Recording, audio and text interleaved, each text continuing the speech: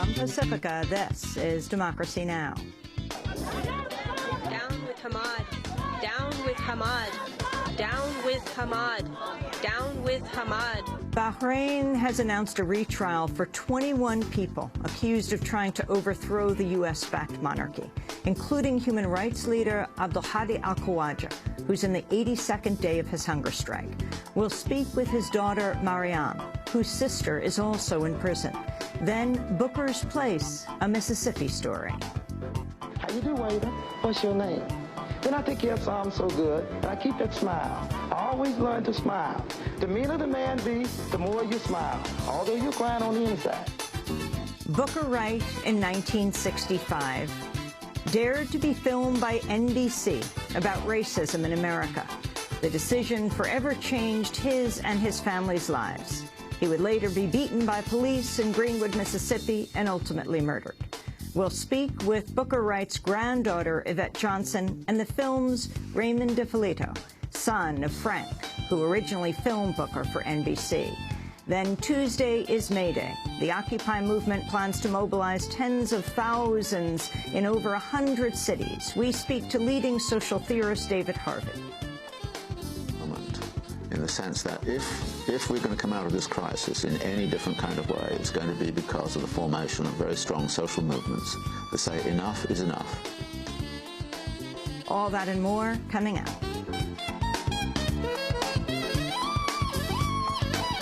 Welcome to Democracy Now!, democracynow.org, the War and Peace Report. I'm Amy Goodman. Labor and progressive groups are preparing for a national slate of protests Tuesday in what's expected to be one of the largest May Day turnouts since the immigrant rights marches of 2006 and 2007.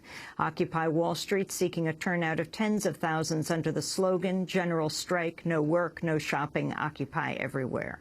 Ahead of May Day, new reports have emerged of major banks working with police to monitor Occupy protesters. According to Bloomberg News, the nation's largest banks are sharing information about protesters' May Day plans amongst themselves as well as with police. Tuesday's day of action includes a list of 99 sites in Manhattan where protesters will gather to rally against corporate power. The banks are also sharing intelligence in preparation for the anti-war protests set for the NATO summit in Chicago later in May. The information sharings relying on video surveillance, robots, and officers positioned in buildings to monitor protesters' movements. On Friday, hundreds of Occupy activists rallied in Manhattan as part of a weekly march to the New York Stock Exchange. A handful of arrests were made. Violence continues in Syria and the ongoing uprising against President Bashar al-Assad. Earlier today, at least 8 people were killed in a pair of suicide bombings in the northwestern city of Idlib. Activists say most of the dead were members of Assad's forces. As the fighting rages, the head of the UN observer mission to Syria, Major General Robert Mood, said more international monitors are needed and called on all sides to adhere to a ceasefire. To achieve the success of Kofi Annan's 6-point plan, I call on all to stop the violence and to help us on a continued cessation of armed violence in all its forms. A Bahraini court has ordered a retrial for 21 opposition activists jailed during the crackdown on protests against the U.S.-backed monarchy last year. The prisoners include Abdulhadi al-Khawaja. He's in the 82nd day of a hunger strike protesting his life imprisonment. We'll speak with his daughter after headlines. An Egyptian demonstrator was killed Saturday in a protest calling for the departure of Egypt's ruling military council. Clashes erupted outside Egypt's defense ministry after unidentified military supporters rushed the crowd. A demonstrator said the protest had been peaceful until it was attacked. Peaceful sit-in, continuing our revolution, conveying our demands. Unfortunately, we saw the thugs that the military let loose on us, who attacked people and gave people very grave injuries. There has been news of deaths, but we will continue, and they will not terrorize us. This is a new battle, which we will continue, and if they don't respond, we will escalate our efforts.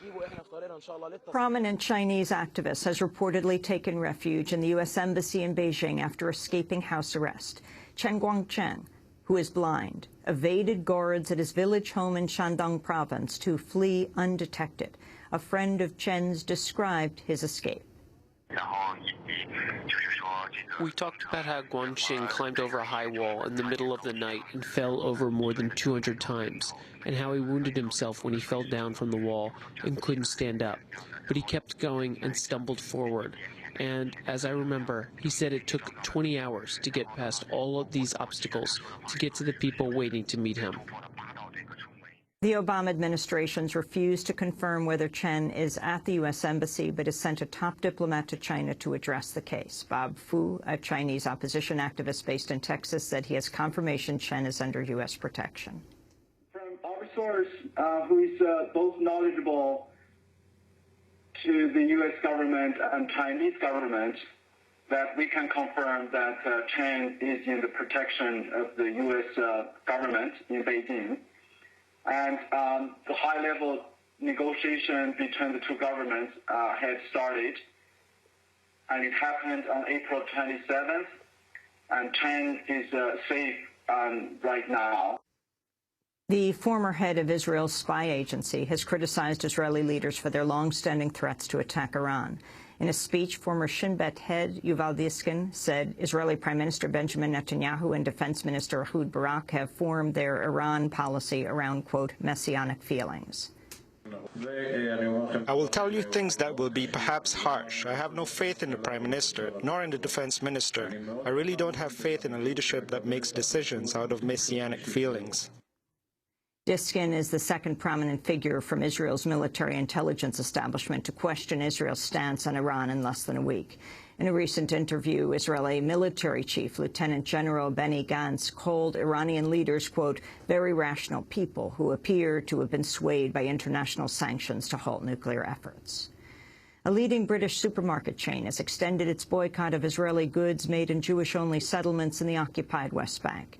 The Cooperative Group, Britain's fifth largest grocer, says it will now cut business ties with any companies known to source from the settlements. The cooperative has boycotted settlement products since 2009. Spain has officially confirmed its economy has fallen into a recession after shrinking in the first 3 months of the year. It's the second time Spain has been deemed to be in recession in 3 years. The news comes as tens of thousands of people took to the streets across Spain on Sunday to protest austerity measures that'll see massive cuts to health care and education. A Democrat-led congressional probe has found there's no evidence torture practices employed by the CIA under the Bush White House have led to significant intelligence gains. After a nearly 3-year inquiry, investigators with the Senate Intelligence Committee found the so-called enhanced interrogation techniques played a minimal role in U.S. intelligence coups, including the locating and killing of Osama bin Laden a year ago. The finding comes amid a slew of media appearances by a leading Bush-era official, Jose Rodriguez, to promote his new book and defend the torture techniques. Speaking to CBS's 60 Minutes, Rodriguez, the former head of CIA clandestine operations and former lead interrogator, discussed how the CIA obtained legal authorization for torture from the White House. We needed to get everybody in government to put their big boy pants on and provide the authorities that we needed. Their big boy pants on. Big boy pants.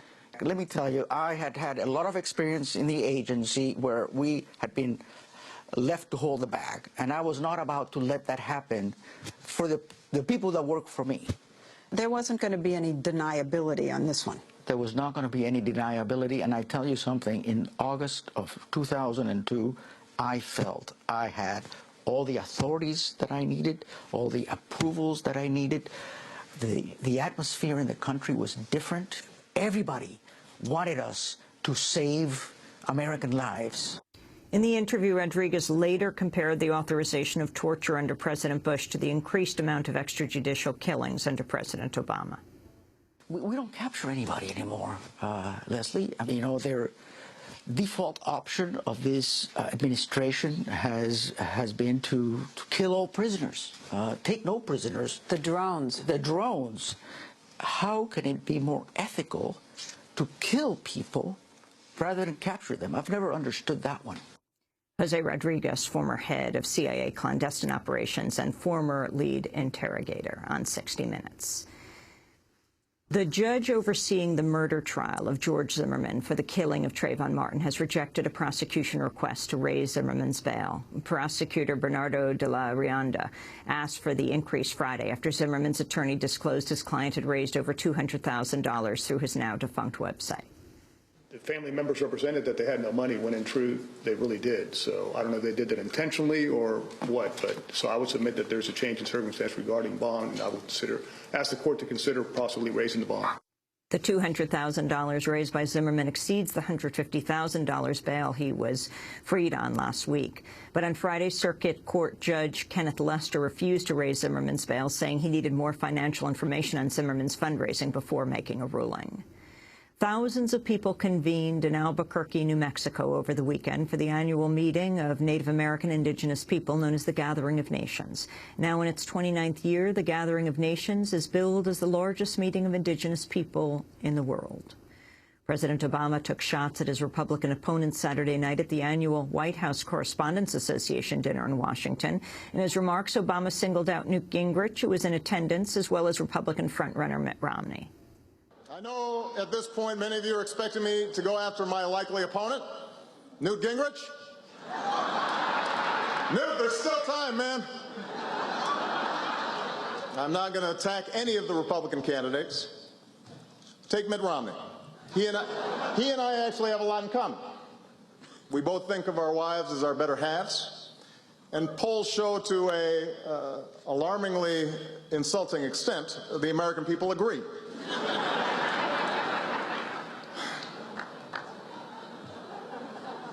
We also both have degrees from Harvard. I have one. He has two. What a snob. And Sunday marked the 20th anniversary of the Los Angeles riots, when an all-white jury acquitted 4 police officers for the beating of black motorist Rodney King, sparking massive unrest in the downtown streets. A number of events are being held to mark the date, including a community speak-out in the neighborhood of South Central. Those are some of the headlines. This is Democracy Now!, democracynow.org, The War and Peace Report.